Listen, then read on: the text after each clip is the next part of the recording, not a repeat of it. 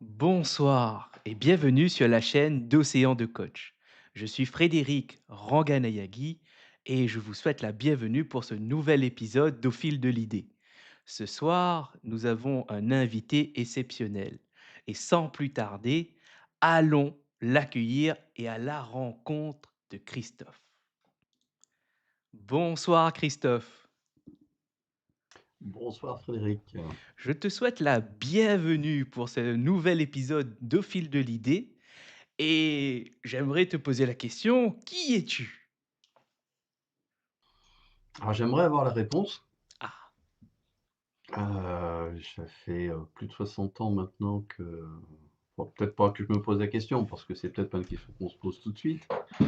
Mais en fait, tu vois, c'est, pourquoi, Hamlet a tant de succès avec être ou ne pas être? Parce que ça mmh, pose cette question-là.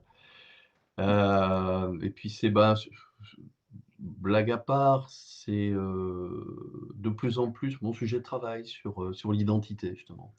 Est-ce qu'on est quelqu'un, EST? Est-ce qu'on est NAIT quelqu'un? Ou est-ce qu'on devient quelqu'un, mmh. au fil de sa vie et avec, quel processus, quel phénomène? Voilà, donc, je suis peut-être la personne en ce moment qui se pose cette question-là, tu vois? Ça Mmh. peut être une introduction. OK avant que tu t'aies posé la question, comment tu te définissais? Comment je me définissais? Ouais. Comme quelqu'un qui cherche. Ça c'est, je pense que c'est, quelqu'un en mouvement.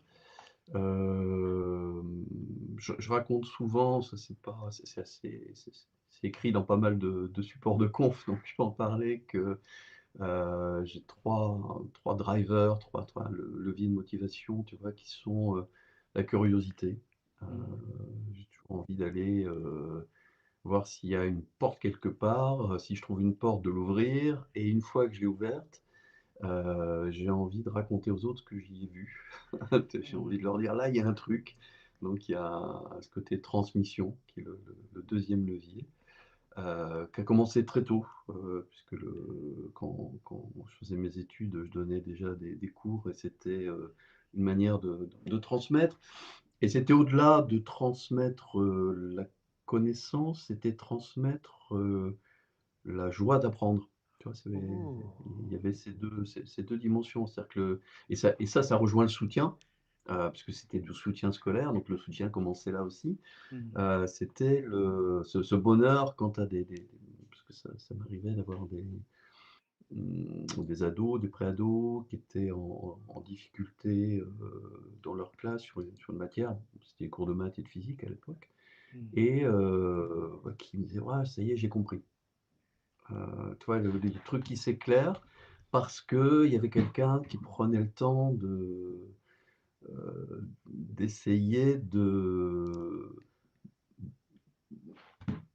d'amener ça de la manière dont eux pouvaient le comprendre, dont eux pouvaient le représenter, de s'intéresser aux difficultés qu'ils avaient, Mmh. tu vois? Et parce que, effectivement, quand tu as 30 devant toi, c'est difficile à faire, mais quand tu es en one to one avec une seule personne, tu peux vraiment faire ce travail-là.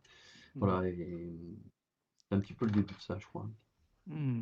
Du coup, moi, ce que j'ai retenu, c'est curiosité, transmettre, transmission et le dernier, j'ai pas bien saisi. Tu peux le Dernier, c'est le soutien. C'est soutien, oui, le le soutien. le soutien, justement, c'est on retrouve le pendant de la question que tu posais, c'est-à-dire, tu sais, ce fameux, «Deviens qui tu es», tu vois? C'est cette idée-là, donc Mmh. c'est de soutenir ce mouvement-là aussi. Heu, Mmh.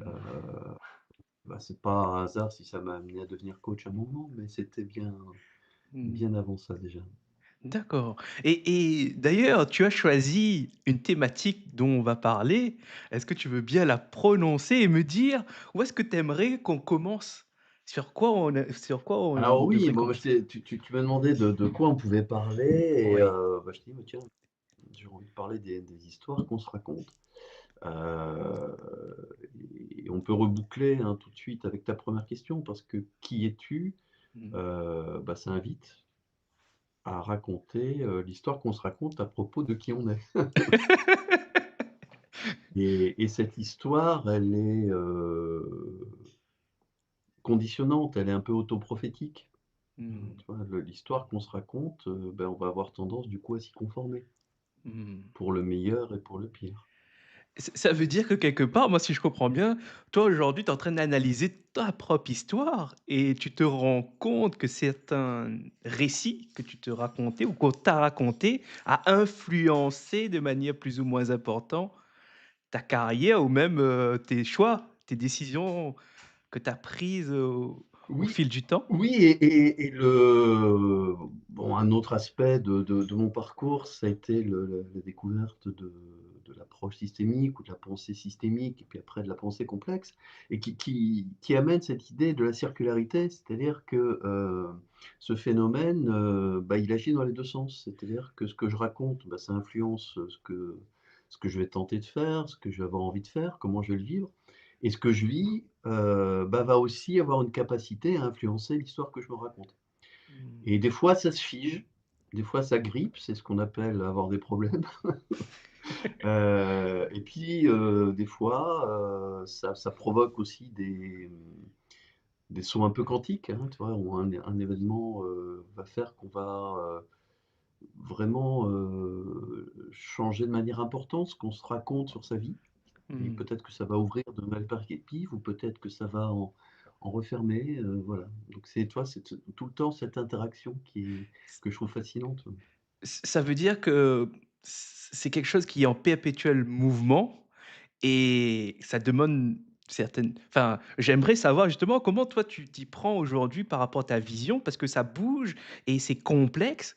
Comment tu t'y prends pour faire face à cette incertitude, à moi je dirais même, il y a énormément de questions qui émergent quand on a conscience de ce que tu viens de dire. Comment on s'y prend face à cette avalanche de questionnements et de conscience que tu prends des éléments qui peuvent interagir? Alors, peut-être qu'on peut revenir en arrière, Mmh mh. parce qu'effectivement je crois que tu posais un peu cette question-là tout à l'heure. Hem, dans une 1re partie de mon parcours, de ma vie, j'étais plus sur des idées de vérité, de conviction, tu vois? De rechercher du truc qui était vrai. Il y avait bah, après, maintenant, ma relecture, c'est qu'il y avait justement il y avait mes histoires, dans lesquelles, je baignais, il y avait une éducation très catholique, donc qui conditionne à chercher, tu vois? Le livre, la vérité, Mmh. des choses comme ça. Heu et hem et donc oui, il y avait un peu cette quête, tu vois? De la vérité. Et puis, au fil des années, ça s'est relativisé, heu, ça s'est mis en justement dans cette vision de circularité que j'évoquais tout à l'heure et assez tardivement, hein. C'était vraiment justement la formation de coaching, la découverte de la systémique, qui a amené ça. Parce qu'avant, j'étais aussi beaucoup dans le numérique, donc dans le code, donc tu écris des choses qui sont, tu vois, Concret, pragmatique, on peut dire? concrètes, qui sont, voilà, déterministes, Mmh. heu, même si j'avais un peu vu d'autres choses avant, mais il y avait ce côté, ouais, déterministe et la découverte de la systémique a été un renversement total de ça et effectivement donc comme tu le disais, qui ouvre, sur l'incertitude, qui ouvre sur des questions, le questionnement, mais qui ouvre aussi, tu vois, sur, une réflexion existentielle, heu, Mmh. dans si on remet une pièce dans le quiétude du départ, dans mon histoire, j'ai d'abord été un développeur logiciel, puis enfin dans le domaine logiciel, j'ai fait plein de trucs. Mmh mh. Ça m'a amené à m'intéresser aux transformations numériques, ça m'a amené à m'intéresser à l'agilité, à la manière de produire des logiciels Mmh. et ça m'a amené à m'intéresser au changement et donc ça c'était, tu vois, le 1re grosse évolution. ça m'a amené à la rencontre de la systémique et de la complexité, qui a été une deuxième grosse évolution et comme tu l'évoques, ça m'a amené à une troisième hem, Étape? grand domaine qui Mmh. est, l'approche existentielle. C'est-à-dire de justement, bah, tout ça effectivement, ça t'amène à des grandes questions sur, l'existence, sur, la finitude, sur, l'isolement, la solitude, sur la liberté, enfin, tu vois? Donc, Mmh. un chemin de vie, quoi. Et c'est incroyable ton histoire parce que ça fait vraiment un récit, c'est-à-dire au début le héros, c'est ben, il a point d'armes, il a point de collègues, il a point d'amis tout de suite. C'est, en avançant, il rencontre des gens qui vont, lui fournir des armes, lui fournir des informations et petit à petit il level up, il monte de niveau et petit à petit la quête, elle change. C'est-à-dire le point de départ, pas forcé je p enfin tu dis-moi, est-ce que toi, quand tu as commencé, tu avais cette idée d'arriver à là où tu es? Avec ces 3 grandes Pas du tout, évolutions qu'il y a eu? pas du tout et alors peut-être qu'effectivement on est habitué à l'heroic fantasy et aux armes et choses comme ça. Mais dans mon histoire, c'est plutôt la métaphore de la porte que je vais utiliser. C'est-à-dire Mmh. que de temps en temps, il y a des personnes que j'ai rencontrées qui m'ont ouvert la porte sur, un univers parallèle. Qui est Ah. pas un truc, c'est pas, tu vois, Spider-Man dans le multivers. C'est Mmh. un univers parallèle, c'est-à-dire que c'est juste un endroit où j'allais pas, parce Mmh. que je savais même pas que ça existait. Oh. Mais c'est Mmh. dans notre univers à nous. Mais Mmh. c'était quand même un monde parallèle au mien Mmh. et voilà et ça je pense on est nombreux à vivre ça, tu vois? De d'avoir à un moment donné cette occasion par différents moyens. Des fois, ça peut être la maladie, des fois, ça peut être l'amour, ça peut être la rencontre, ça peut être une lecture, mais Mmh. quelque chose qui t'ouvre sur une nouvelle possibilité que tu imaginais même pas avant et du coup, Mmh. c'est là. Et du coup, si je comprends bien, toi, dans ton récit, il y a 3 portes où vraiment ça t'a changé. Ce que tu m'as dit, il y avait 3 paliers, 3 étapes qui ont vraiment transformé quelque part ton regard et du coup, tu as est-ce que pour Bah, toi ça, c'est les 3. Oui, c'est les 3 plus récentes. Il y en a eu d'autres avant et ça, assez souvent, ça a été via une personne, tu vois? Il y a eu plusieurs occasions, d'une personne qui m'a dit: «Tiens, je te verrais bien faire ça» oh. et comme je suis assez confiant dans les enfin, dans les personnes à qui je donne ma confiance, j'ai dit: «Bah, tiens, si tu le penses, c'est que tu as sans doute raison, moi je sais pas». Tu sais, on se connaît mal, on sait pas, on ouais, on n'a pas la perception de ce que les autres perçoivent de nous et donc plusieurs fois, j'ai écouté cette voix-là des autres me disant: «Tiens, tu pourrais essayer de faire ça, je te vois bien là» Mmh. et bah, voilà, ça m'a amené à ouvrir cette porte et à passer, dans la pièce d'à côté, quoi. Mmh. Est-ce que tu accepterais de nous dire, parce que la confiance qu'on accorde aux autres, quels sont tes critères que tu mets pour donner confiance à quelqu'un ou accorder ta confiance à quelqu'un? Quels sont les critères à toi? Ah, je sais pas,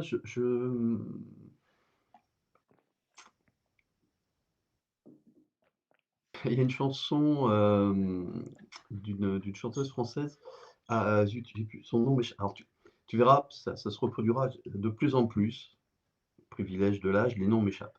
Mmh. Donc chanson peut-être qu'il y a des gens qui la reconnaîtront, une chanteuse qui a écrit une chanson qui s'appelle «Les gens qui doutent», qui a été reprise plusieurs fois par plusieurs chanteurs et ça me donne confiance, les gens qui doutent. Mmh. Les gens qui doutent, c'est un des critères qui Et oui, c'est un des critères. C'est le premier qui me vient, tu c'est vois? Parce mmh. que spontanément, de la même façon, les gens qui sont pleins de certitudes et tu sais, c'est la phrase de Leonard Cohen: «C'est par la fêlure qui laisse passer la lumière». Mmh. Donc je crois qu'il y a cette idée-là. J'aime bien les gens qui sont éclairés justement par la lumière qui passe dans leur fêlure. Mmh. Et Et c'est intéressant, tu sais pourquoi? Parce qu'au début, tu me disais que tu as eu un enseignement catholique, et à la recherche mmh de la vérité et aujourd'hui, on peut dire que, bah, si tu suivais la recherche de la vérité, c'est quelque part toi-même tu doutais et la lumière a pu passer. On pourrait dire ça. Qu'est-ce que tu en penses? ouais, j'ai sans doute un côté fêlé quelque part, hein. Parce que si on regarde bien les dogmes, religieux, il y a des certitudes, il n'y a pas de doute. C'est-à-dire que le doute n'existe pas, il n'a même pas sa place pour enfin de mon regard à moi et C'est bien ça qui t'amène justement après aux approches existentielles qui vont, au contraire mettre l'angoisse, au centre de la préoccupation et mmh, non pas, chercher à rassurer et effectivement là, il y a tout un chemin, qui m'a amené à ça, ouais. mmh et dans cette quête que parce que là je me dis, il y a quand même eu des grandes transformations dans ton récit, heu, dans ton entourage, comment ça s'est passé? Parce que toi, tu as évolué, ça veut dire que tu as changé, tu t'es transformé, je j'ai envie de même dire le mot, tu t'es dépassé et Alors ben je déteste ça. ah!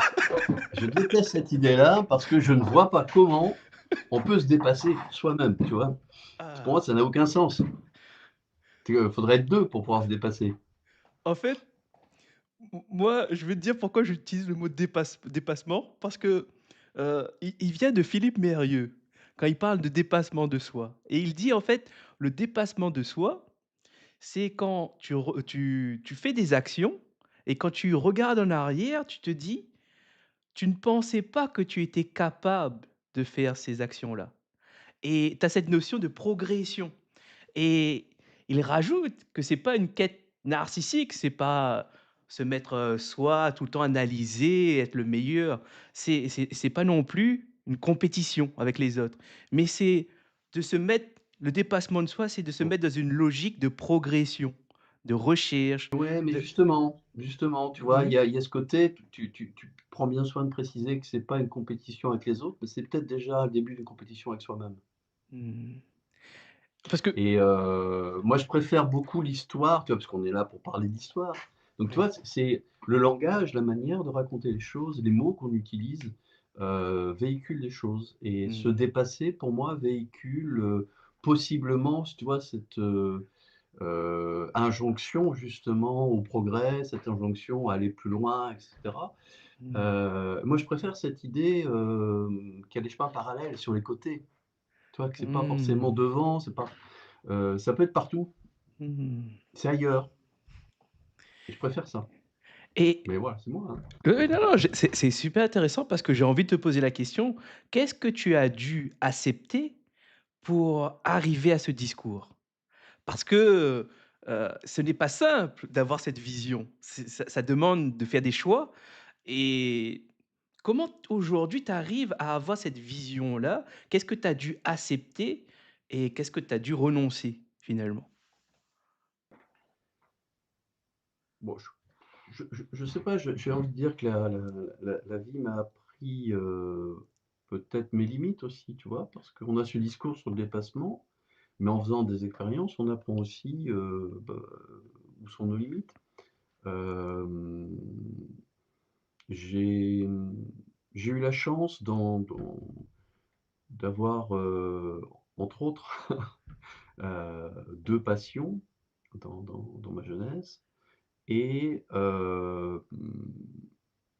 d'aller, jusqu'au bout, enfin, oui, de toucher mes limites dans ces 2 passions-là et du coup de Mmh. pas avoir de regrets puisque, bah, j'ai vu, ce que je pouvais faire et j'ai vu aussi ce que je ne pouvais pas faire ou ce qui m'était beaucoup trop difficile de faire, voir ce que je n'avais plus envie de faire, et donc tu vois, voilà, ça je pense que ça participe de cette évolution bah, qui vient avec l'âge aussi, hein, de voir qu'il y a des domaines où tu sais que, bah, voilà, là, tu es limité et donc ça t'amène justement peut-être pour aller dans ton sens, à la question existentielle du coup de la finitude. hein, de dire: «Bah oui, on est dans un monde, fini, où notre existence est finie, à partir du moment où elle est commencée, elle a sa fin». Donc voilà, qu'est-ce qu'on fait avec ça aussi? Mmh. C'est des questions qui peuvent être angoissantes parce que de se dire qu'à tout moment, heu, la vie peut s'arrêter et mais en même temps, tant qu'elle n'est pas arrêtée, on a encore la possibilité de faire des choses. Toi, comment tu te Complètement. positionnes aujourd'hui par rapport à ça? Bah, là aussi, alors là, on va rentrer sur quelque chose de à la fois plus intime et peu plus délicat, mais, ma femme est décédée d'un cancer il y a maintenant plusieurs années et je me souviens d'un moment où difficile pour elle, hein. Elle savait qu'elle était malade, elle savait qu'elle avait, des pronostics très défavorables, donc elle était accompagnée, par une psychologue et je me souviens d'un soir où elle était rentrée dans des moments qui étaient très difficiles après, l'arrêt d'un traitement, donc il y avait enfin vraiment, tu vois, perte d'espoir, Mmh. heu et la psychologue lui avait dit: «Mais vous êtes encore en vie, Mmh. vous êtes vivante aujourd'hui». Mmh. Et c'est un truc qui l'accompagnait jusqu'à la fin. Même s'il y a, la et là, via la maladie, il y a certaines circonstances, de toute façon on le sait, mais là on le sait encore plus, tu vois? N'empêche que, ben, en attendant, tu es vivant Mmh. Tu veux dire que et en cette tant que phrase vivant, il y a plein de choses que tu peux, ressentir, et que là, même pour reprendre, le cas de ma femme, Lisiane, même des choses que tu peux, même malade, où tu peux trouver de la joie, même dans une souffrance physique, il y a quand même des moments de joie possibles. mmh. C'est fort ce que tu dis là parce que ça rejoint ce que tu disais, c'est-à-dire qu'il y avait une porte et cette phrase a agi comme une lumière qui a éclairé cette porte de s et ça rejoint un peu cette idée-là et et c'est fort de se dire que c'est quelques mots, mais c'est extérieur à soi, qui ont permis de tenir et même de ne pas aller dans le renoncement et d'essayer de faire avec les prédispositions, qu'il y avait, qui étaient lourds, si je comprends bien, avec cette maladie, avec le lourd traitement, il y a la souffrance, il y a la prise de conscience que c'est vraiment il y a quelque chose qui va arriver, quoi et c'est on ne sait pas quand, mais c'est pour bientôt la finitude. Mais c'est fort de se dire ces quelques mots d'une personne extérieure ont permis d'ouvrir une porte pour essayer de profiter au maximum des instants. Enfin, je le vois comme ça et Oui et là, tu soulignes, tu surlignes, tu stabilotes pour moi, l'extrême puissance du sujet de ce soir. C'est-à-dire les histoires qu'on raconte, les mots qu'on utilise, tu mmh, vois? Le verbe, Bereshit, hein, le début de la Bible, c'est, au commencement était le verbe mmh, et comment, le verbe blesse, le verbe guérit, le verbe, agit et là, ces quelques mots, mais là, Lisiane, aujourd'hui tu es vivante, tu vois? Peuvent, amener, un un une regain, une heu, changement de perspective, ouais. complet et pour reprendre ce que tu disais tout à l'heure, tu vois? Là, on n'est pas du tout dans le dépassement, on est Mmh. presque dans, je dirais le repassement, c'est-à-dire le fait de revenir à l'intériorité, presque absolue. C'est-à-dire que plus tu es Mmh. malade, enfin après, c'est pas moi qui vivais, mais je vivais quand même au quotidien en même temps, j'étais accompagnant. Il y avait vraiment cette démarche de revenir à l'intérieur de soi, tu vois? Mmh. Et là, ça me fait penser à un truc que tu as dit, c'est-à-dire que dans la vie, dans le récit, il y a des moments où c'est des choses extérieures, des contraintes, des maladies qui font que tu vas te questionner, tu vas, essayer j'allais utiliser le mot dépassement, mais, essayer de voir qu'est-ce que tu peux faire face à des choses dont quelque part tu as peut-être pas la main. Et il y a des choses où tu as la main, mais tu les vois pas. Parce que, c'est difficile et avoir l'aide de quelqu'un d'extérieur est une c'est une aide, enfin, c'est salvatrice, quoi. Et quelque part, moi, ce que j'apprends de ce témoignage que tu me fais, que tu me partages, c'est que, l'importance de l'autre dans sa construction de son récit propre et savoir jauger, peser, heu comme et même tu l'as dit, heu, avant de faire confiance, tu as des critères. Toi, tu m'as dit un, c'est le doute et en fait, c'est des questions qu'on doit enfin, que je me dis, bah, je dois me le poser aussi. Heu, Bah, à qui je fais confiance? Enfin, c'est il y a une pour moi, il y a une notion d'esprit critique dans ce que dans cette histoire que j'apprends, que je vois. Qu'est-ce que tu en penses? Bah, je sais pas, parce que tu as dit plein de choses, donc qui sont vachement bien, mais du coup, là, Vas-y, dis-moi ce que tu en penses, prends ton temps, par rapport à ce que tu as envie de dire. bah, si je reviens sur cette idée des histoires, hein, si on essaye de peut-être de parce qu'on je sais pas s'il y a des gens qui nous écoutent, mais ils doivent se dire: «Mais il parle dans tous les sens, de quoi il parle?» Si on revient sur cette idée d'histoire,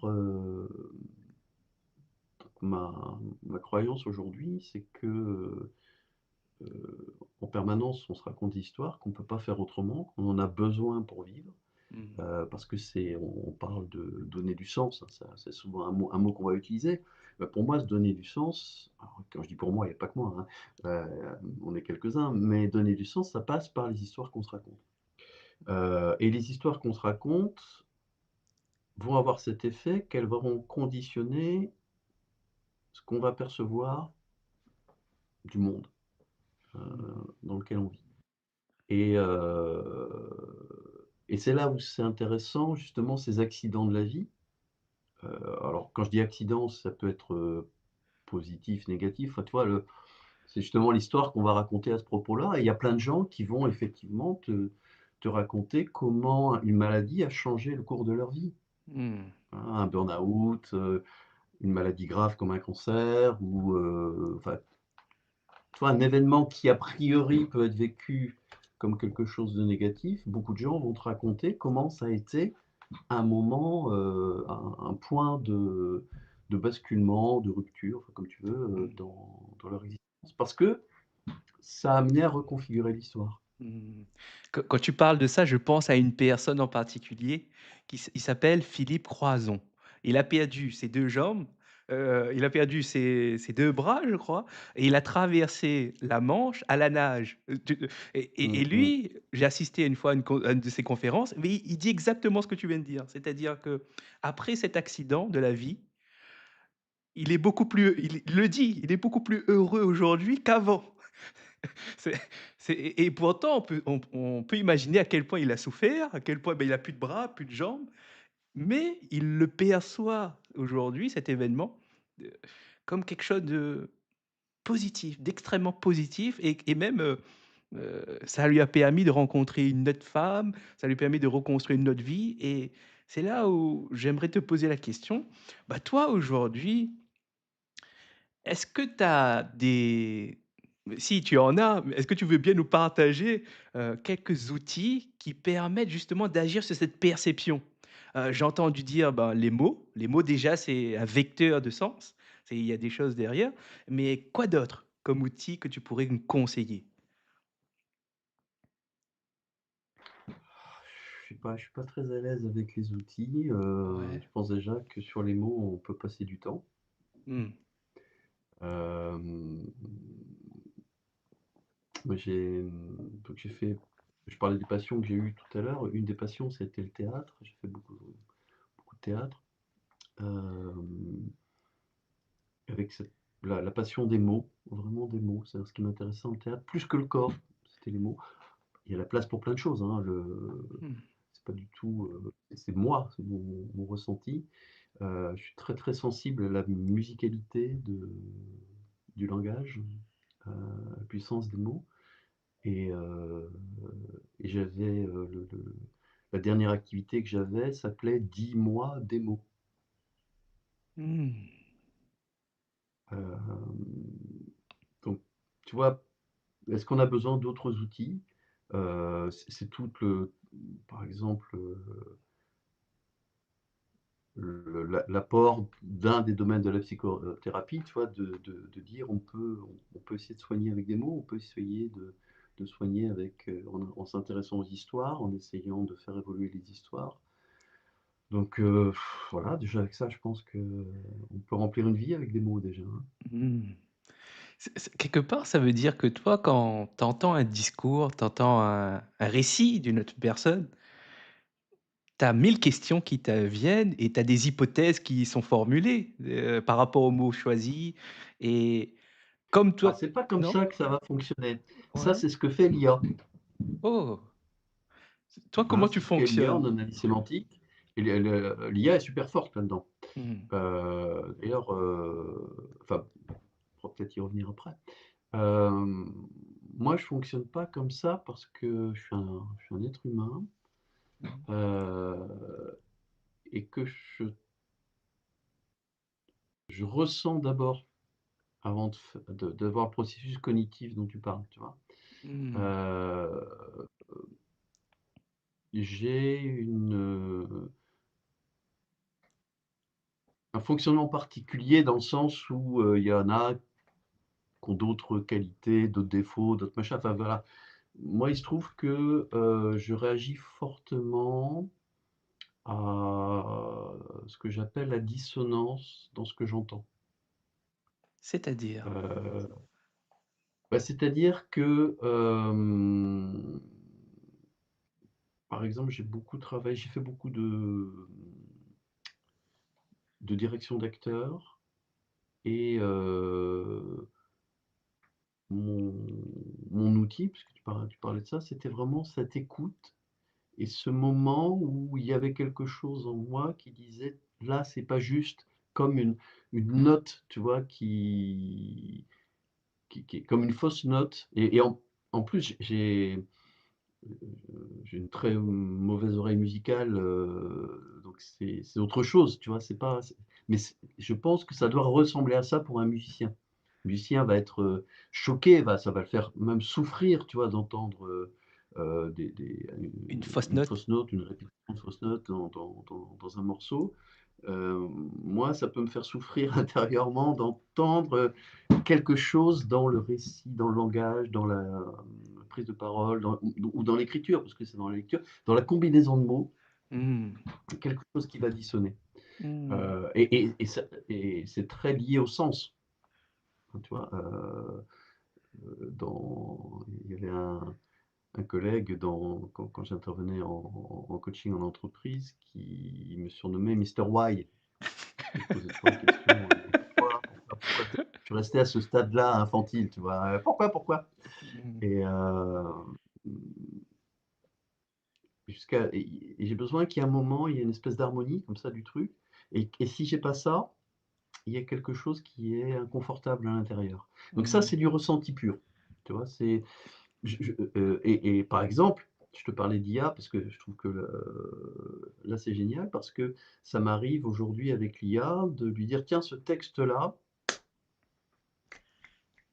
je suis pas bien avec». Ouais, il y a un Il truc y a quelque qui chose qui me plaît pas dedans, il y a quelque chose, mais je sais pas quoi dire. Je sais pas analyser justement. mmh. Heu et l'IA est capable de me sortir, de me dire ce tu vois? Elle qui ne ressent pas, mais à partir de l'expression de mon ressenti et me connaissant un petit peu au travers, de la mémoire de nos échanges, Mmh. est capable de me dire ce qui me met mal à l'aise dans ce texte-là. Mmh. Et là, ça devient un outil extrêmement puissant pour aider à formaliser Ah ouais, ouais, là des choses qu'on n'a peut-être pas, les mots tout de suite pour le dire.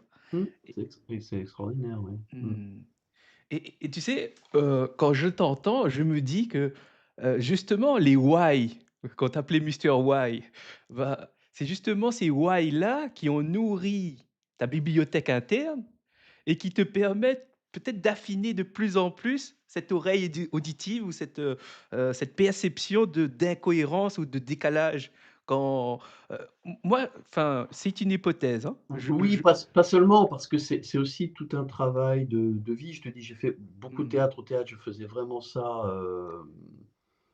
c'est une espèce d'état, perception modifiée, tu vois, d'état de conscience modifié, un peu comme on peut en parler en hypnose ou en transe, c'est-à-dire une écoute particulière, de ce que produisaient, les personnes avec qui je travaillais. Donc il y a eu tout un entraînement là que j'ai retrouvé après, que j'ai pu réutiliser après quelque temps en accompagnement, en coaching, que j'utilise aujourd'hui en supervision. Mmh. Heu, dans dans mon travail de supervision aujourd'hui, j'écoute beaucoup les mots, ce qui est dit, les contradictions que j'entends, qui sont pas Mmh. forcément, tu vois, encore une fois, qui sont pas forcément, sémantiques, qui qui qui sont présentes, que je perçois et ensuite je cherche à trouver, tiens, qu'est-ce qui fait que j'ai eu cette perception, ce ressenti-là? Ce déclic, enfin ce ouais cette, Mmh. ouais. C'est super intéressant ce que tu dis parce que enfin pourquoi je dis ça? Parce que quand tu me parles de ressenti, moi j'ai envie de mettre un mot avant, c'est, intuition et intuition comme le décrit Daniel Kahneman, comme c'est quelque chose d'extrêmement rapide, une analyse extrêmement rapide que tu fais quand tu entends et ça te génère cette enfin, une émotion ou quelque chose qui te permet à toi de dire: «Ah là, il y a un truc». Tu vois ce que je le vois comme Ah complètement. je le perçois comme ça Mmh, et je me dis: «Bah». complètement et c'est vraiment cette idée que c'est quelque chose de corporel, Mmh. qui demande ensuite, si on y prête attention, à devenir cognitif et ce qui invite à y prêter attention, c'est que c'est désagréable. Mmh. Je peux être vraiment pas bien, tu vois? Ouais. Quand ce signal-là, se manifeste, ça peut être quelque chose de vraiment pas agréable. Mmh. Est-ce qu'on pourrait dire que c'est une forme de frustration que tu ressens et que tu as besoin de chercher pour comprendre?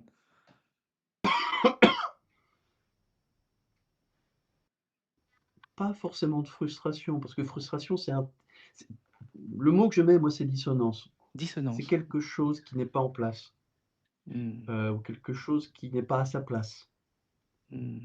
quelque chose qui est déplacé. Tu vois, tous ces termes-là ont du Mmh. sens. Mmh. Tous ces termes-là peuvent guider justement après, la réflexion que tu vas mener à partir de là. Mmh. Parce que moi, quand tu me parles de dissonance, j'avais ce sens-là qui est derrière, et c'est peut-être, pas le même, c'est, ce qu'on perçoit et ce qu'on voit, un décalage. Tu vois? C'est comme si, ce qu'on analyse et ce qu'il y a à analyser, le réel et ce que nous on fait du réel, il y a comme une friction, une fracture et je voyais le mot dissonance là-dessus, mais c'est peut-être pas, ce Oui, enfin, sens-là que tu veux dire. ce que tu décris du phénomène, ça me parle, hein, quand tu parles de friction, quand tu fais des choses comme ça. Après, il n'y a pas enfin, il y a du paraverbal, il n'y a pas que du non-verbal, parce qu'il n'y a pas besoin d'avoir, l'image, par exemple. Mmh. Ça peut se produire sur uniquement de l'audio. Quand j'écoutais les acteurs, par exemple, ça m'arrivait de fermer les yeux pour me concentrer. Mais par contre, il y a quand même du paraverbal. Il y a beaucoup d'informations dans le paraverbal. Mmh. Mmh. Et quelque part, tu sais, je vois ça comme un super pouvoir et un super pouvoir, ça nécessite, bah, une grande responsabilité, mais aussi un apprentissage pour contrôler. Tu connais ton Spider-Man par cœur. Oui, on a même en parlé avec, quelques invités, ici aussi Ouais. et je voulais te demander comment toi tu t'es approprié cette compétence, cette spécificité, ce fonctionnement-là? Comment ça s'est passé?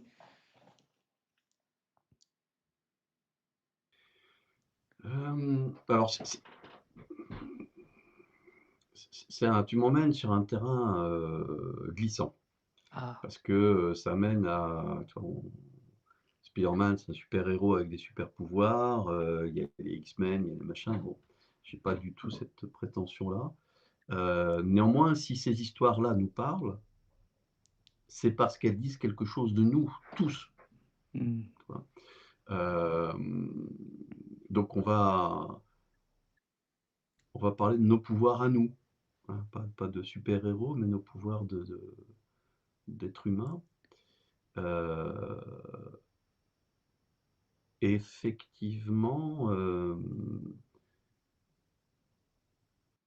il y a d'abord quelque chose qui est c'est un peu à la lumière de nos précédents échanges. D'abord quelque chose qui est plutôt ressenti négativement, qui va être plutôt quelque chose qui va, m'amener à me séparer et qui a demandé du travail, de l'élaboration pour pouvoir être utilisé pour me relier. Mmh. Ça veut dire, tu me dis là, c'est ce que moi je comprends, c'est que, ah, tu un peu ça fait il y a une déconnexion et le travail permet de réunifier des parties. Est-ce que c'est un Mmh. peu ça? Mmh, oui, c'est autour de C'est ça, ouais, ouais, ça tout à fait. mmh. La sensation étant désagréable au départ, va m'amener plutôt à me retirer, tu vois? À chercher à donc si le signal, c'est une personne, bah, je vais plutôt m'éloigner de cette personne-là parce que c'est Ça pas agréable pour réagit. moi. Mmh. Voilà, et donc il y a eu, alors j'ai eu cette chance-là de vivre des expériences de vie qui m'ont permis d'utiliser ça, justement, tu vois? Heu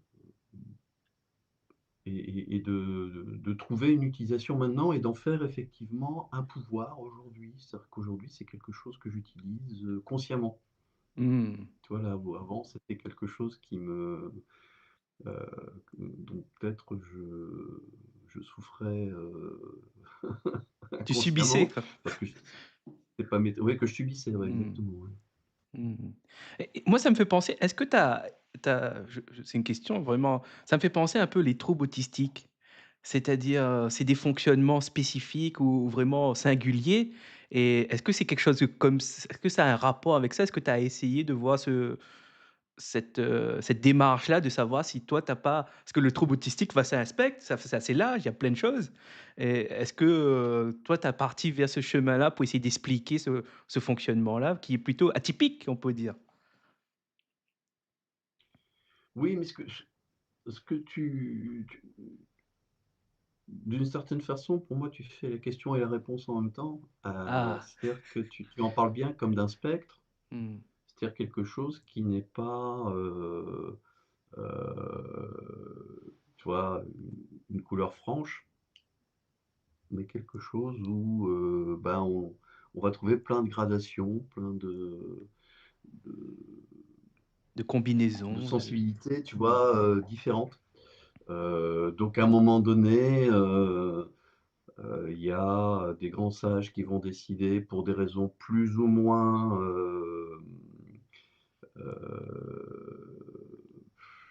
Idéologique? On je pourrait dirais, dire. intéressantes Ouais. d'appeler ça une maladie, et ça va devenir socialement plus ou moins intéressant de se revendiquer d'avoir, parce que là on est dans l'avoir, une maladie, Mmh. tu Une vois? étiquette. Ou bien d'être et ça devient une identité. Mmh. Voilà, donc tout ça, c'est aussi des histoires, tu vois? Mmh. Il y a, des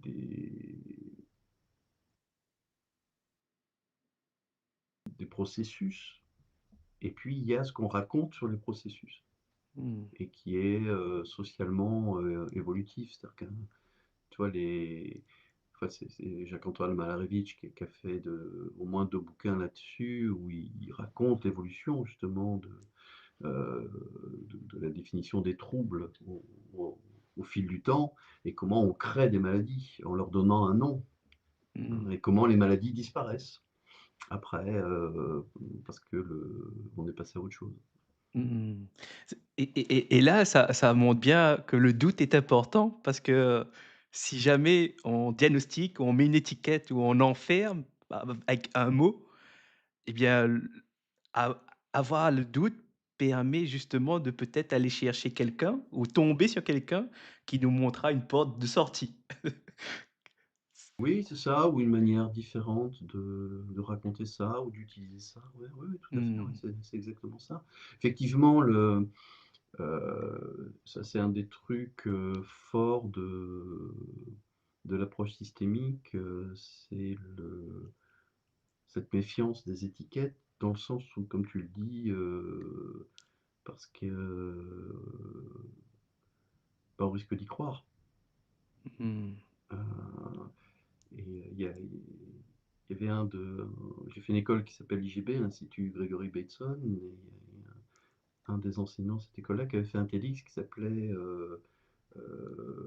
«Méfiez-vous des étiquettes», je crois, c'était ça. On le trouve sur YouTube, ouais, s'il y a des gens intéressés, regardez ça, ça exprime, beaucoup mieux que ce que que le coq à l'âne que je fais là, cette idée de, voilà, de se méfier des étiquettes, ouais.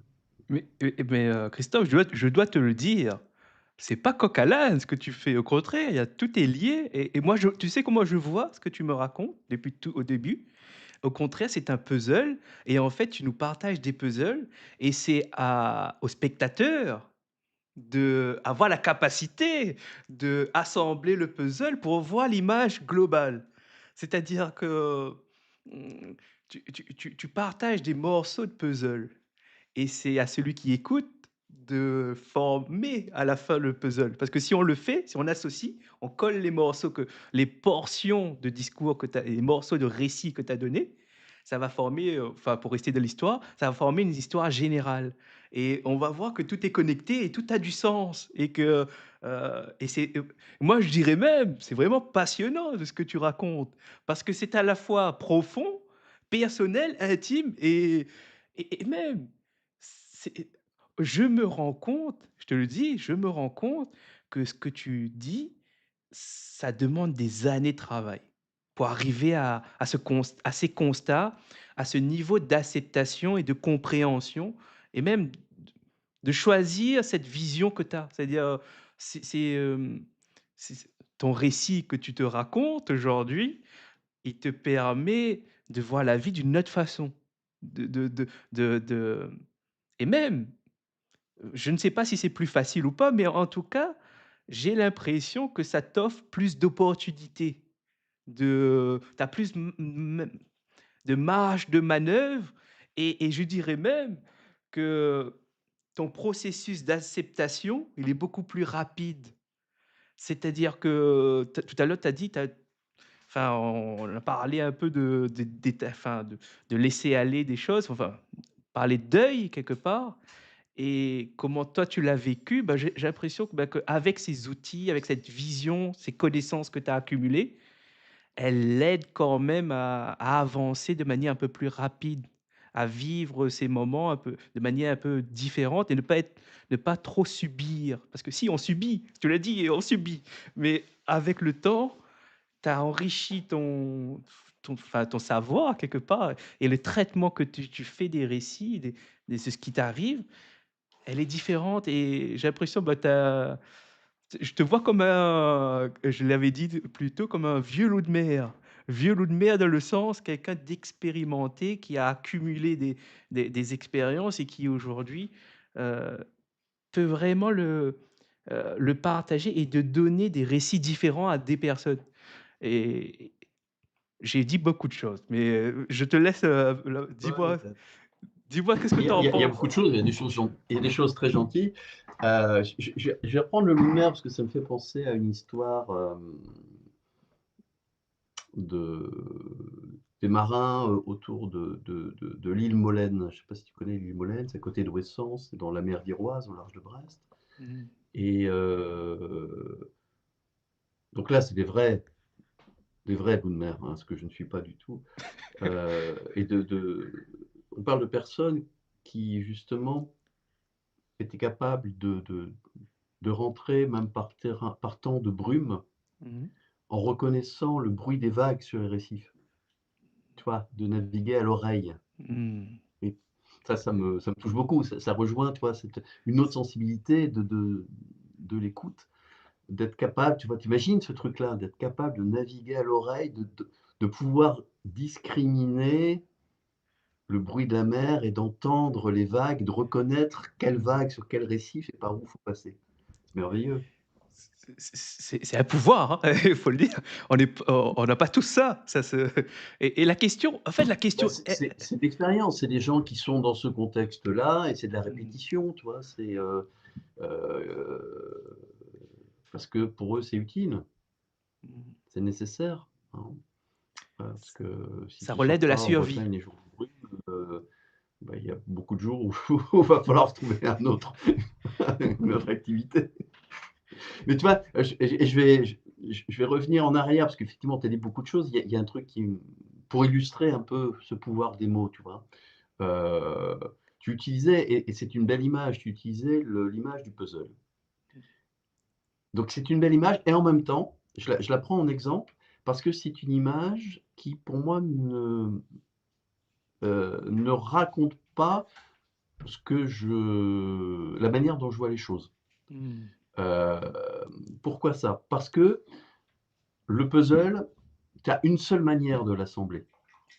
mmh, Donc tu vois, si moi ce que je partageais c'était un puzzle, ça voudrait dire que je mets des choses en vrac, mais ce que tu vas reconstituer comme image, c'est exactement l'image que moi j'en avais et que j'ai décidé de partager. mmh, Or, je crois que c'est beaucoup plus riche que ça et je crois que c'est aussi ce que tu exprimes au-delà de cette image-là, c'est que, dans ce qu'on échange, tu te reconstruis une histoire différente, qui partage des choses avec moi, mais c'est ça du coup, ça t'appartient complètement puisque mmh, tu intègres ça à ta propre histoire et à qui tu es et qui tu es en train de devenir. mmh, Tu vois? Donc ça va, la métaphore qu'on utilise, les mots qu'on utilise vont aussi plus ou moins rendre compte de la richesse d'un phénomène. mmh. Tu sais, j'ai envie de dire à ça que sur chaque puzzle, il y a une image et en fait en fait, pour rajouter cette complexité que tu évoques, je dirais que, heu toi, tu racontes le puzzle, il y a une seule image, mais sur chaque morceau, selon la combinaison dont parce que les puzzles vont s'emboîter, mais pas forcément l'image finale sera peut-être pas la même que l'image sur la boîte que toi tu racontes Ouais. et c'est là où ça rajoute cette nuance et tu as raison de le souligner. Bah, finalement, si on prend les puzzles, on s'emboîte et que ça s'emboîte bien, mais est-ce que l'image de référence et l'image qu'on a devant nous avec après avoir assemblée, est-ce qu'elle est la même? Et c'est là où je dirais, ça rejoint cette idée de, il y a une combinaison possible tellement impressionnante qui fait que ce qu'on perçoit est de la réalité, il y aura un décalage forcément. Sauf si on a enregistré ce que tu as dit et là on reprend mot à mot et cetera. Tu vois? Même même parce que Même les mots vont toujours prendre du sens par rapport à ton qui on histoire est. à toi. Mais Mmh. toi, ça serait je suppose que ça doit exister parce qu'en général, quand on pense à un truc, il y a toujours quelqu'un qui l'a fait, qui a pensé avant. Cette histoire de puzzle que tu décris, tu vois, qui permettrait en fait avec les mêmes pièces qui peuvent s'assembler de construire des images différentes, ça doit être un jeu génial ça. Mmh. Donc Et s'il y là, a des en gens qui connaissent ça, et je suis finalement preneur. Vous écrivez à Frédéric, vous lui envoyez la ref. et finalement, ça relève à quelque chose de très important pour moi qui est l'altérité. C'est-à-dire, ben, l'autre, il ne pense pas comme nous, il ne sait pas les mêmes choses que nous et qu'est-ce que tu as à dire toi par rapport à cette notion de l'autre et de l'altérité? Je ne sais pas si j'ai des choses passionnantes à dire. Je crois que c'est effectivement, comme tu le dis, le un paradoxe, humain. C'est-à-dire que l'autre, il est semblable et en même temps totalement différent. Heu, j'ai l'habitude de dire aux personnes que j'ai en supervision, pense que la personne que tu écoutes, c'est un alien.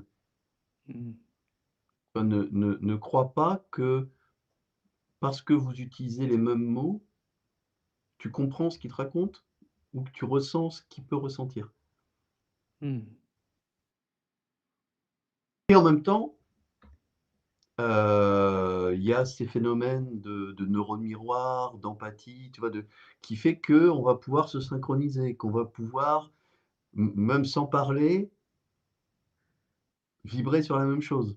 Mmh. Voire vibrer collectivement parce qu'on va être, exposé à la même, expérience, par exemple musicale ou picturale ou et cetera. Donc tu vois, c'est très troublant cette coexistence entre la la la la similarité, et la différence. Mmh.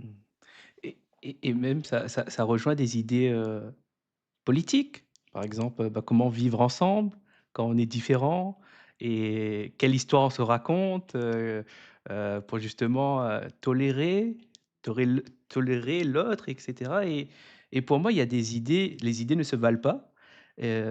Pour toi, est-ce que tu pourrais nous donner quelques idées sur lesquelles on peut s'appuyer pour, pour justement soit aller vers l'autre, soit tolérer ou même prendre conscience que l'autre peut être différent mais ressemblant en même temps. Alors je crois qu'un bon terrain de jeu pour ça, c'est le couple. Mmh. Je pense que ça t'expose bien à cette histoire-là et à la manière dont tu te projettes là-dedans. C'est-à-dire, tu vois, alors si on caractérise la polarité, hein, entre est-ce que je cherche quelqu'un, qui me ressemble, ou est-ce que je cherche quelqu'un, qui soit très différent et puis toutes les combinaisons. Mmh. Hein, dans quoi on va être similaire, parce que si on est complètement étranger, ça va être compliqué. Si on est complètement collé, ça va être compliqué aussi, tu vois? Donc, comment la la relation va, se jouer à partir de cette combinaison de Mmh. ressemblances et de différences? Mmh. Et je pense qu'il faut te poser cette question avant qu'on termine notre échange. Heu, Qu'est-ce que la systémie, Christophe?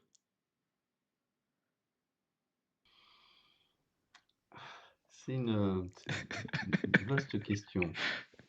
C'est une vaste question,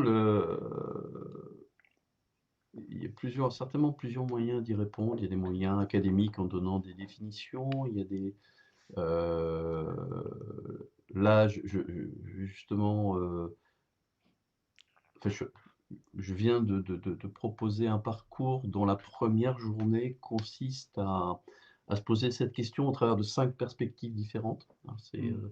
on utilise une approche qui a été élaborée par un Australien qui s'appelle Paul Lawrence, donc qui essaye de répondre à cette question-là, en disant voilà, ben, on peut, alors après c'est très arbitraire, hein, c'est un peu comme des couleurs d'arc-en-ciel, tu vois? Il y a toutes les nuances, mais on peut, faire, voilà, distinguer 5 perspectives différentes et voir ce qui les différencie justement. Hem et donc il y a pour moi une combinaison de plusieurs choses. Il y a cette, évolution d'une pensée linéaire vers une pensée circulaire, comme on l'a déjà abordé au tout début, hein, cette idée que, tout réagit sur tout. Mmh. Hein, on est, comme dit Edgar Morin, qui est un des penseurs de la complexité et de l'approche systémique, c'est qu'on est producteur et produit en permanence. Mmh. Donc également, donc là tu retrouves la politique, mais dans le couple aussi, puis dans notre rapport à notre histoire, hein, c'est ce qu'on évoquait aussi au tout début. Donc il y a voilà, ça c'est vraiment fondamental. Un deuxième pilier, c'est, d'arrêter de croire qu'un individu ça existe. C'est-à-dire qu'on n'est jamais tout seul, c'est pas possible. Mmh. OK. On est Mmh. toujours en relation. Mmh. Donc, voire même il y a donc après ça rejoint certains travaux de sociologues qui disent que l'être est social avant d'être individuel, il est produit par le social. Mmh. Donc voilà, enfin tu peux t'interroger en tout cas là-dessus, mais en tout cas ça c'est un présupposé fort de la systémique, donc qui va dire que du coup, bah, tu vas quel que soit le domaine que tu choisis de thérapie, d'accompagnement d'entreprise, même de politique ou de choses comme ça. Est-ce que tu regardes l'individu ou est-ce que tu regardes les interactions, hein, dans lesquelles l'individu, dans les contextes dans lesquels il est, et cetera. Et puis, un troisième pilier pour moi, puis après voilà, comme je fais pas une présentation académique, là, je laisse certainement les choses de côté, mais c'est des choses qui me paraissent, heu, Importante. reliables à Mmh. notre conversation. Mmh. Le 3e, c'est ce qu'on appelle le constructivisme, c'est-à-dire cette idée que, nous n'avons pas accès au réel, directement, nous y avons accès au travers, de notre finitude humaine. Mmh. Et ça va nous amener du coup, à construire des histoires. Mmh. Pour donner sens, justement à tous nos si on reprend ton image de pièces de puzzle, hein, on récupère tout un tas de petites pièces de puzzle et puis on est en permanence en train d'essayer de reconstituer une image avec ça. Mmh. Donc on fait du puzzle en permanence. Et avec donc si tu mets la circularité là-dedans, ça veut dire qu'on fait du puzzle, mais en même temps on sélectionne les pièces qu'on choisit de regarder. On prend pas Mmh. toutes les pièces. On prend celles qui nous paraissent aller avec ce qu'on a déjà comme, élément du puzzle. Mmh. Et donc ça c'est tu vois, tu retrouves cette, circularité-là. Et puis, on le fait, sous des influences de notre histoire, des influences sociales, donc ça c'est le 2e pilier. Donc tu vois? Donc déjà, si on prend ne serait-ce que ça, bah, ça amène pas mal de De possibilités porte, de regarder la question différemment. mmh. Pour moi, ça propose plusieurs portes à explorer, à ouvrir, et on se rend compte à quel point c'est la dernière fois, dans une précédente conversation, tu m'avais dit: «Ça prend plus de 80 années, peut-être plus?» Pas Ouais, pour, ça c'est un truc que j'ai piqué. Je citais Jacques-Antoine Malarevitch, dont j'ai déjà parlé tout à l'heure, qui était un de mes premiers enseignants en systémique et qui dit effectivement quand il commence ses cours, moi je l'ai, entendu comme ça, il dit: «Bah, systémique, c'est très facile à expliquer, en 2 heures je vous l'expliquais. Par contre à pratiquer, ça prend 60 ans». c'est Puis 10 ans après, je l'ai entendu, faire le même cours et dire: «Bah, oui, mais ça prend 70 ans». En fait, c'était juste l'âge qu'il avait au moment où il donnait son et cours. et toi, avec ton regard, combien de temps tu dis que ça prend? Ah beh, moi j'ai commencé plus tard que lui, donc ça me prendra, 10 fois plus de temps, mais justement, c'est bien l'idée. Ça c'est un autre aspect, qui est un peu contenu déjà dans ce que j'ai dit, mais qui est un autre aspect fondamental, qui est véhiculé par cette blague de Jacques-Antoine, mais qui est, l'idée que la systémique va s'intéresser à des processus plutôt qu'à des états. Et tu vois, Mmh. ce que ça met en doute, justement, pour reprendre aussi ce terme-là, tu vois, cette blague-là, c'est qu'on puisse arriver à un état de connaissance systémique. Et ce qu'on va, plutôt vivre, c'est un processus de découverte systémique Mmh. et donc qui n'aura jamais de fin. C'est ce que ça Mmh. raconte. Ça me fait penser à l'histoire de l'apprentissage. On apprend tout le temps et il y a des événements qui fait ouais, Ouais, je sais plus quel sage a dit que c'était la seule, richesse inépuisable c'est et l'apprentissage. voilà, ça c'est oui, c'est un Mmh. truc qui me parle pas mal, ouais, jusqu'au moment où tu peux plus apprendre peut-être, parce Mmh. que tes capacités peuvent être altérées, ouais. Et on va bientôt conclure notre échange, Christophe. Est-ce qu'il y a quelque chose que tu aimerais aborder, qu'on n'a pas encore abordé et que tu penses que c'est important, que tu voulais dire sur cette thématique des histoires qu'on se raconte?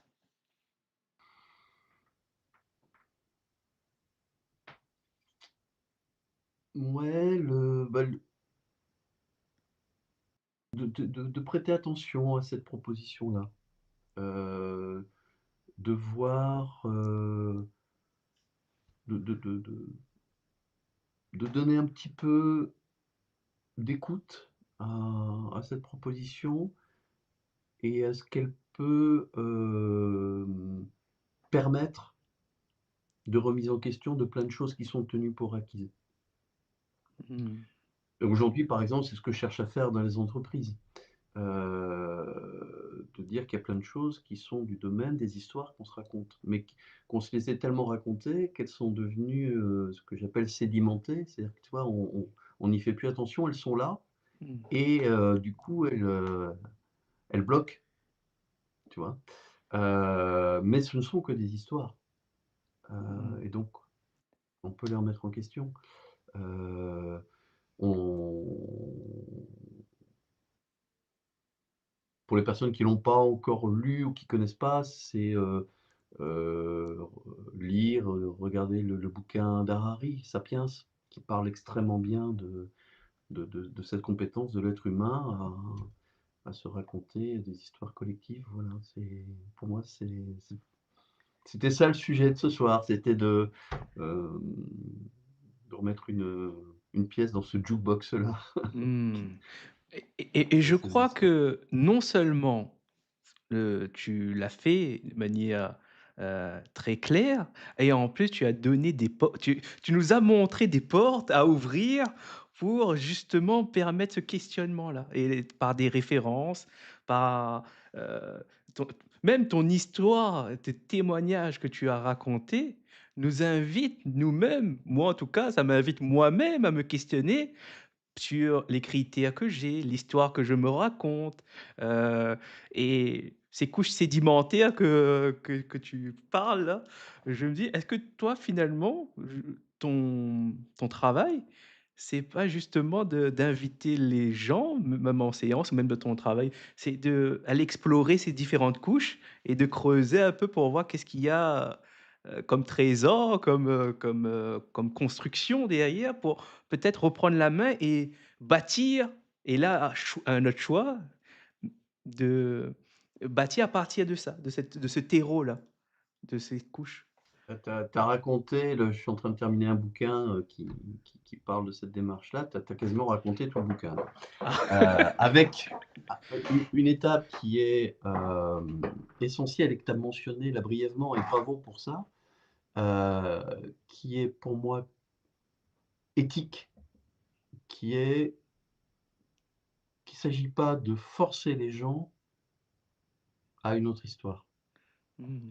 Tu vois? Qu'il s'agit de de prendre conscience de et on ne peut pas faire autrement et on en a besoin de toutes les histoires, qu'on se raconte. Il y a un sociologue qui parle et c'est très, très précieux cet outil-là, tu parlais d'outils, c'est les rôles sociaux. Tu vois? On est tous habités, influencés, voire contraint par qu'est-ce que c'est qu'être un bon citoyen? Qu'est-ce que c'est qu'être un bon père de famille, une bonne mère de famille? Qu'est-ce que c'est qu'être un bon mari? Qu'est-ce que c'est qu'être un bon père? Enfin, je parle au masculin, mais une bonne mère, enfin, vous voyez, et cetera, et cetera. Mmh. Qu'est-ce que c'est qu'être un bon animateur de podcast? Qu'est-ce que c'est qu'être un bon invité? Tu vois, on a tous ces représentations-là. On peut pas faire autrement. Mmh. C'est l'invitation, ça n'empêche pas à les questionner Mmh. et après à se dire: «OK, j'en fais quoi? Est-ce que ça me convient?» Donc c'est ce que j'appelle la phase du positionnement.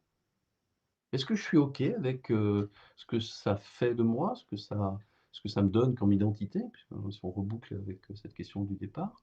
Ou Mmh. est-ce que, bah, non, il y a un truc qui me chiffonne, peut-être que ça m'allait il y a 10 ans, mais aujourd'hui, non, j'ai plus besoin de ça, j'ai plus envie de ça et qu'est-ce que j'ai envie, de me raconter comme nouvelle histoire? Mmh. Et comment, à la fois, on a besoin des rôles sociaux parce que sinon on ne peut pas fonctionner en société, hein. Si on n'avait pas ces rôles-là on serait toujours en train de négocier, pour savoir comment on doit se comporter avec l'autre, avec les autres. Donc Mmh. on en a besoin et en même temps, ça forcément, ça nous conditionne, ça nous enferme aussi d'une certaine façon. Mmh. Donc voilà, comment on travaille sur cette dialogique, comme dirait Edgar Morin, hein, tu vois? Cette tension permanente entre ces 2 idées-là. Mmh. Et quand tu dis ça, ça me fait penser vraiment à ça, c'est-à-dire la toute-puissance, on peut écrire notre histoire comme on le veut, comme on peut faire vraiment ce qu'on veut et l'impuissance, où des fois, ben, on n'a pas la main et on ne peut rien faire parce que, Oui, alors heu attention, parce que c'est pas non plus par exemple, il y a, quelque ouais. chose que je déteste, je vais faire plein d'ennemis là, c'est Paolo Coelho. Tu vois? C'est cette idée que la toute puissance. Non, on n'est pas tout puissant. Mmh. C'est On est ce qu'on est, mais c'est plus, sartrien, c'est plus l'idée de qu'est-ce que je fais de ce qui m'arrive? mmh, C'est plus dans ce sens-là. mmh, OK. Et quelque part, bah, tu révèles qu'on a un pouvoir d'agir, peut-être minimum des fois, mais Mmh. on peut quand même choisir et ça, c'est pour moi, c'est positif. C'est extrêmement positif de dire aux Ça, gens c'est Camus. Ça, ouais, c'est le mythe de Sisyphe. Tu sais, Sisyphe, il est condamné à, tu sais, son fameux bouquin, à heu, pousser son rocher, puis tous les soirs, blam, il il redescend. redégringole. Ben, il se pose la question, est-ce qu'on peut imaginer Sisyphe heureux? C'est-à-dire qui fait quelque chose de cette contrainte à laquelle il ne peut pas Mmh. échapper. Et toi, c'est bien ce qui va le rendre heureux, c'est l'histoire qui va se raconter sur cette contrainte-là. Mais il n'est pas tout puissant. Il ne peut pas faire qu'il ne soit pas obligé de pousser son rocher. Oui, il ne peut pas ré il y a une contrainte et cette contrainte, il a pas la main dessus, Mmh. et maintenant, je propose, peut-être de passer à un instant lecture que tu avais, évoqué et je vais te laisser la main pour nous partager ce un extrait, de des Misérables, je crois, qu'on a évoqué. Ouais, j'ai eu cette envie-là. Donc, bah, il y a effectivement des auteurs qui sont importants pour moi, bah, par rapport à ces histoires-là, par rapport aux mots et il y a un auteur en particulier, enfin, il y a plusieurs, mais il y a Victor Hugo. Il y a Victor Hugo et je trouve que les dans l'œuvre de Victor Hugo, heu, il y a plein de monuments et il y a peut-être un qui est, le plus proche de ce qu'on s'est raconté ce soir, des histoires qui forgent une vie, qui forgent un destin.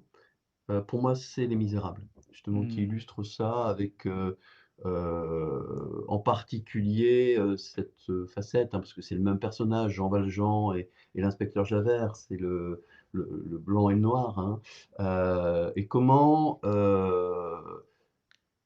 on va voir dans leur expérience, dans Les Misérables, que l'un va, avoir une histoire qui va le sauver.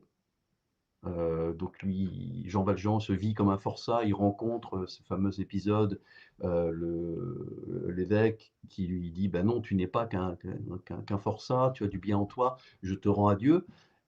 Et donc là, c'est une manière de lui raconter, de lui ouvrir une porte, de lui raconter une nouvelle histoire et il va la saisir et il va devenir un autre. Il va changer de nom, donc changer d'identité, s'appeler Mmh. Monsieur Madeleine et décider de faire le bien. Mmh. De l'autre côté, on a Javert qui lui, est mu par une autre histoire, qui est une histoire sociale, qui dit que, bah, il y a les bons, il y a les méchants. Les méchants, pour le bien de la société, on doit les mettre en prison et qu'un méchant sera toujours méchant. Un bagnard sera toujours un bagnard et il faut le mettre en prison. Et c'est faire le bien parce que c'est le bien social. Mmh. Et un jour, il va se retrouver épargné par Jean Valjean, qui pouvait le tuer pour s'en débarrasser, qui va le laisser vivre. Ça va venir percuter cette histoire, tu vois? C'est bien la rencontre avec la personne, l'accident dont on Mmh. parlait et puis, il va se retrouver lui-même à gracier Valjean, à le laisser partir, alors qu'il devait l'arrêter. Mmh. Deuxième bug et lui va être tellement bouleversé dans son histoire identitaire qu'il va pas le supporter, il va se suicider. Mmh. Tu vois? Jusqu'où Hugo nous raconte cette importance du récit identitaire Mmh. et qu'un accident de la vie peut faire qu'on n'arrive plus à réconcilier, à reconstruire une autre histoire. Donc je trouve ça fascinant et ça c'est juste, un exemple et j'avais envie, ouais, de terminer avec, la fin justement des Misérables, vraiment le dernier chapitre, voilà, donc si tu veux bien, je vais lire ça. Je dois Donc te chapitre dire 6. c'est avec un grand plaisir de pouvoir t'écouter lire, Victor Hugo. C'est un auteur que j'apprécie aussi et c'est un honneur de pouvoir t'entendre lire ça sur la chaîne, et je Eh je ben, te formidable. je Faisons-nous t'écoute. plaisir alors. Oui, faisons-nous plaisir Donc et je chapitre t'écoute. 6. L'herbe cache et la pluie efface. Il y a, au cimetière du Père-Lachaise, aux environs de la fosse commune, loin du quartier élégant de cette ville des sépulcres, loin de tous ces tombeaux de fantaisie qui étalent en présence de l'éternité les hideuses modes de la mort, dans un angle désert, le long d'un vieux mur, sous un grand if, auquel grimpent les liserons, parmi les chiens-dents et les mousses, une pierre. Cette pierre n'est pas plus exempte que les autres des lèpres du temps, de la moisissure, du lichen et des fientes d'oiseaux.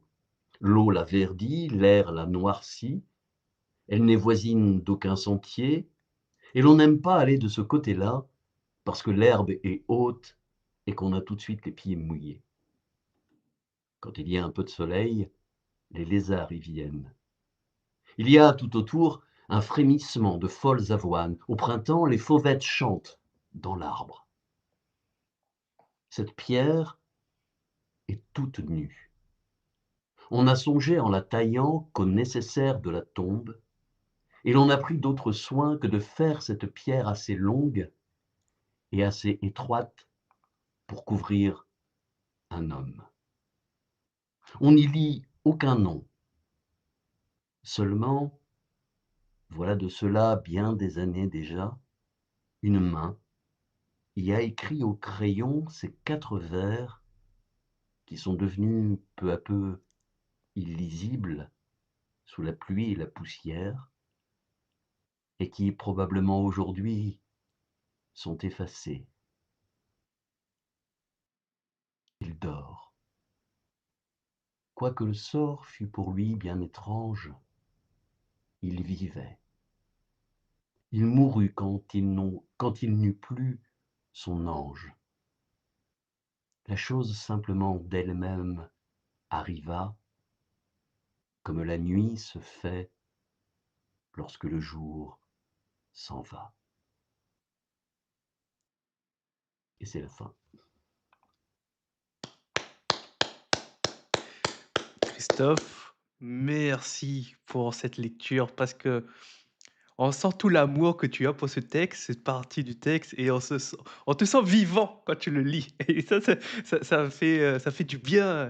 Et même tes années de théâtre ont payé. Tu le lis très bien ce texte et tu arrives bien à l'incarner, à mettre les pauses. Franchement, c'est une masterclass que tu as fait là. Et ça, je suis vraiment très heureux et même un peu ému d'entendre une lecture si incarnée, si habitée. Tu vois ce que je veux dire? C'est-à-dire, quand tu lisais, on sent que t'aimes ce que tu lis et ce que tu fais, et ça, c'est nourrissant, ça m'inspire. Moi j'adore ce que tu as fait. Et je dois. Eh Bah, ben, bravo! merci Hugo, merci cette puissance des mots, tu vois, de ce gars qui a écrit ça il y a 200 ans, et cette puissance que ça a de nous faire vibrer quelque Mm, chose, vivre quelque chose là ensemble maintenant. Tu vois, cette mm. puissance des mots, c'est fabuleux, c'est extraordinaire. Et je suis d'accord, c'est incroyable. Et de se dire que c'est arrivé jusqu'à nous et que toi, tu nous partages et d'autres vont écouter, vont repartager peut-être. C'est c'est c'est c'est pour moi, c'est beau, c'est incroyable. Moi, je trouve ça incroyable. J'ai pas beaucoup de mots Incroyable. à dire, juste Oui, incroyable. Eh oui, bien bah, je partage. Je partage. et bien, sur ce, notre live, prend fin. Hem, je te remercie d'avoir accepté l'invitation, d'être venu, et j'espère que ceux qui vont écouter et qui ont écouté, ça leur a plu. Et d'ailleurs, il y a une question qui a été posée dans le chat, en commentaire. Est-ce que tu veux que je te la pose ou est-ce que tu la découvriras? Vas-y. Dis, allez. Alors, c'est une question que j'ai vue de Malé ma veuillez m'excuser pour la prononciation. C'est Mallory Gossens Mhm. qui pose la question suivante. Alors, oui, tu es prêt? Question pour un champion, Christophe. Alors, Écoute, la confiance est-elle un état ou une dynamique relationnelle qui se reconfirme constamment? Veux-tu que je répète? non, parce que c'est une question fermée. Ah, est-ce Donc, que comme vous voulez, j'ai envie de répondre. OK. Bah, j'espère. Malheureusement, il nous a quittés, pas mort, hein, il a quitté le chat. J'espère Mallory, Je voilà. rate il avait d'autres choses, mais je pense qu'il écoutera et est-ce que tu le connais? Oui, oui, oui. Ah, OK. Ouais, je pense qu'il doit te connaître et du coup la question, il doit avoir déjà une réponse, et en tout cas, En merci. général, derrière une question fermée, on a toujours une idée de la réponse qu'on attend. et j'imagine même que toi, tu y déjà une idée de ce qu'il pense, de ce qu'il a enfin une hypothèse en tout cas, de ça et pour conclure notre live, je te laisse un mot de la fin et je couperai le live en direct. C'est à Ah bah, toi. je vais caser une citation alors, parce que tu m'avais demandé, c'est, Henri Michaud, qui est un poète que j'aime beaucoup, qui disait: «Ne désespérez jamais, faites infuser davantage». Mmh. Sur ce, je vous remercie d'avoir regardé. J'espère que ça vous a plu et je vous donne rendez-vous pour un prochain épisode et je vous souhaite une très belle soirée. Christophe, bonne soirée, merci. Je coupe le live.